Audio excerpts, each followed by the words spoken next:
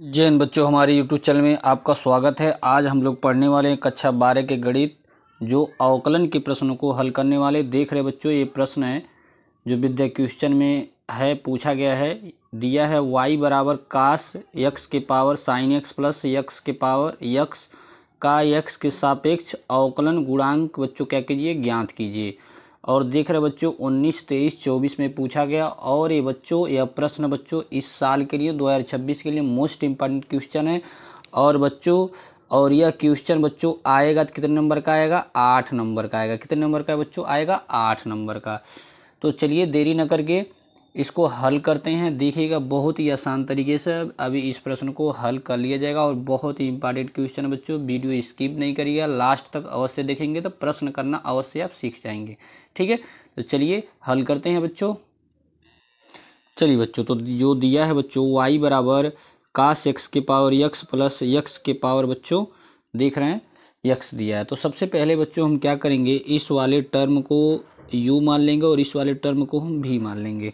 ठीक है, तो चलिए तो लिखेंगे बच्चों हम यहाँ पे माना। क्या लिखेंगे बच्चों, माना। लिखेंगे u बराबर कास x के पावर साइन x। क्या लिखेंगे, कास x के पावर साइन x। इसको हम समीकरण नंबर 1 नाम दे देंगे। और इधर वाले को हम v के बराबर मानेंगे, जो x के पावर x रखेंगे, इसको हम समीकरण 2 नाम देंगे। उम्मीद कर रहे हैं यहाँ तक सभी को समझ में आ गया होगा। अब हम समीकरण 1 बनाएंगे। तो समीकरण जो यहाँ पे है y के जगह पे रख देंगे। तो y बराबर बच्चों आपका आ जाएगा, क्या आ जाएगा, u प्लस भी आ जाएगा। क्या आ जाएगा बच्चों, u प्लस भी आ जाएगा। अब इसके बाद हम क्या करेंगे, इसको अवकलन कर लेंगे। किसके सापेक्ष, x के सापेक्ष। तो जब इसको अवकलन करेंगे बच्चों तो हो जाएगा आपका dy अपान बच्चों हो जाएगा dx, और बराबर में हो जाएगा du अपान बच्चों हो जाएगा dx, और प्लस का हो जाएगा बच्चों dv अपान बच्चों हो जाएगा dx। इसको हम समीकरण नंबर 3 नाम दे देंगे। उम्मीद कर रहे हैं समझ में आ गया होगा। अब हम du बाई dx और dv बाई dx का मान निकालेंगे और समीकरण नंबर 3 में क्या करेंगे, पुट कर देंगे। उम्मीद कर रहे हैं समझ में आ गया हो। अब बच्चों हम क्या करेंगे, लिखेंगे समीकरण 1 से। तो समीकरण 1 बच्चों जो आप बनाए थे u बराबर कास x के पावर साइन x, वो लिख लेंगे। u बराबर देख रहे हैं लिख लिया गया है।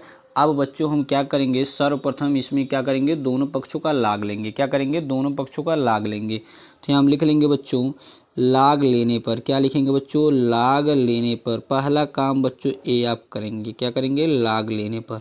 तो जब बच्चों लाग लेंगे तो लाग एम के पावर एन का फार्मूला लगेगा। तो ये इधर हो जाएगा बच्चों, आपका हो जाएगा लाग यू।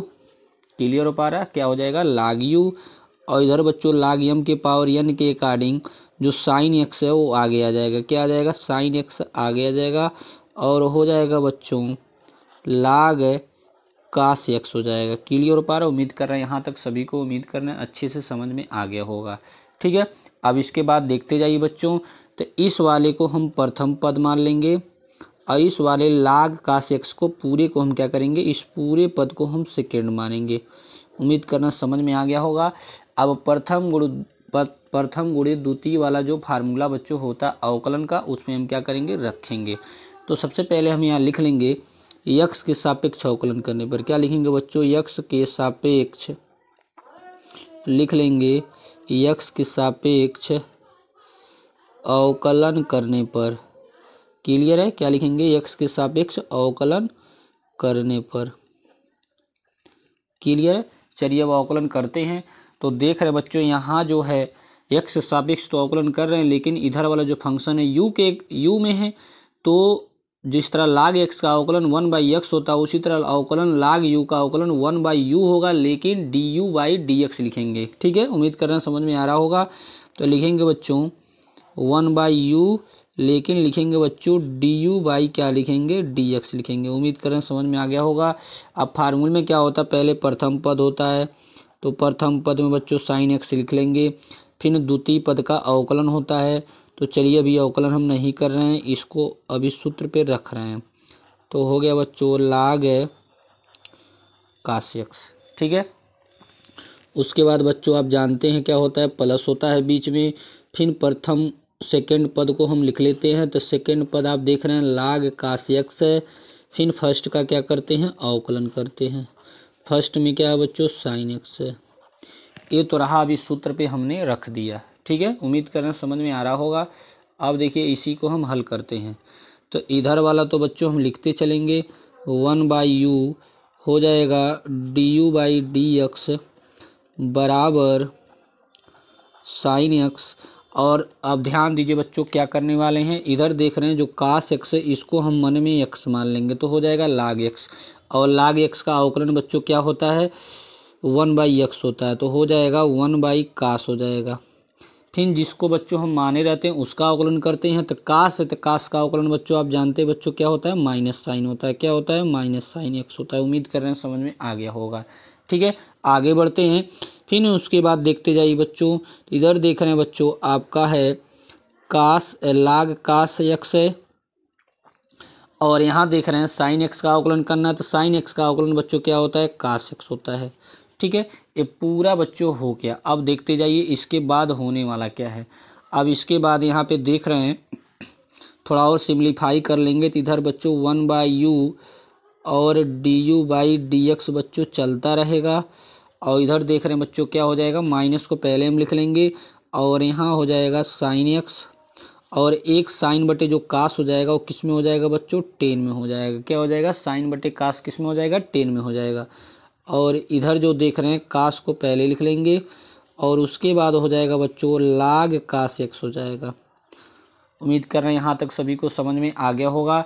अब उसके बाद देखते जाइए यू को बच्चों इधर ट्रांसफ़र कर देंगे तो हो जाएगा बच्चों आपका du/dx बराबर हो जाएगा u, और u का मान बच्चों हम रख देंगे u बराबर, जैसा कि यहाँ देख रहे हैं क्या था, u बराबर कास एक्स के पावर साइन एक्स। ठीक है, रख देंगे। ठीक है, क्योंकि अगले स्टेप में रखना ही है तो ऐसा करेंगे, यहीं पे रख देंगे तो हो जाएगा कास एक्स के पावर हो जाएगा साइन एक्स।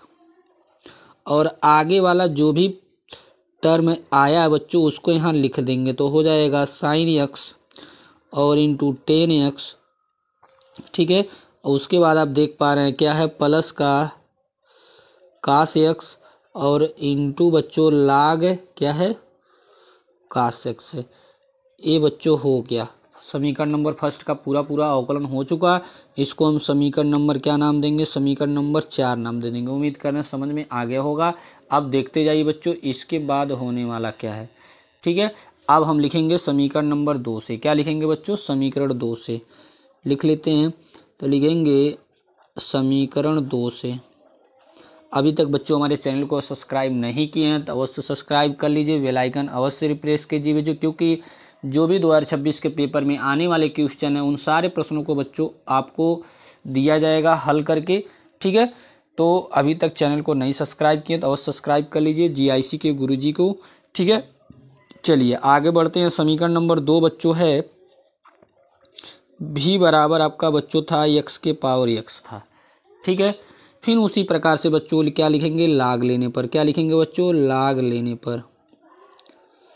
ठीक है, तो जब लाग लेंगे बच्चों तो आपका हो जाएगा क्या हो जाएगा बच्चों, लाग भी हो जाएगा। इधर लाग m के पावर n का फार्मूला लगेगा तो x आगे आ जाएगा तो x से लाग x हो जाएगा। फिर फार्मूला हम लगाते हैं तो जिस तरह लाग u का अवकलन 1/u du/dx हुआ है उसी तरह लाग v का अवकलन क्या हो जाएगा बच्चों, 1/v और हो जाएगा बच्चों dv/ क्या हो जाएगा, dx हो जाएगा। उम्मीद कर रहे हैं समझ में आ गया होगा। अब इधर इसको हम प्रथम मान लेंगे और लाग x को क्या मान लेंगे, सेकंड मान लेंगे। तो पहले प्रथम पद को लिख लेते हैं, सेकंड का अवकलन करते हैं। तो सेकंड में देख रहे हैं लाग x है, लाग x का अवकलन बच्चों क्या होता है, 1/x होता है। फिर फार्मूले में प्लस होता है। फिर बच्चों हम क्या करेंगे, लाग x को लिख लेंगे और x का अवकलन क्या हो जाएगा बच्चों, 1 हो जाएगा। और यहाँ से जैसा कि देख पा रहे हैं x से x क्या हो जाएगा बच्चों, कट जाएगा। ठीक है, और उसके बाद बच्चों आपका क्या हो जाएगा, इधर dv/ बच्चों जो dx हो जाएगा वो v इधर चला जाएगा और v का मान बच्चों x के पावर x से हम रख लेंगे। और इधर बच्चों कुल मिला जुला के 1 बच रहा है तो 1 प्लस क्या हो गया, लाग x करने लाग x। इसको हम बना लेंगे समीकरण नंबर 5 बना लेंगे। अब जैसा कि देख पा रहे हैं du/dx और dv/dx का हम मान निकाल चुके और यह मान बच्चों हम कहाँ रखेंगे, जो सबसे पहले समीकरण नंबर 3 बनाया गया था ला के इसमें रखेंगे। क्लियर पा रहा है? तो बच्चों हम क्या लिखेंगे कि समीकरण 4 तथा 5 से मान किस में रखने पर, समीकरण 3 में रखने पर। उम्मीद कर रहा समझ में आ गया होगा। चलिए यही बात हम लिखेंगे। ठीक है, क्या लिखेंगे, समीकरण 4 तथा 5 से, ठीक है, लिखेंगे बच्चों। चलिए लिख लेते हैं। चलिए बच्चों जैसा कि देख पा रहे हैं वही बात हमने यहाँ लिखा, समीकरण 4 तथा 5 से मान समीकरण किस में रखने पर, 3 में रखने पर। तो देख रहे हैं यहाँ जो समीकरण बच्चों 4 में आया था यहाँ तक, उसके बाद यह dv/dx का मान आया था।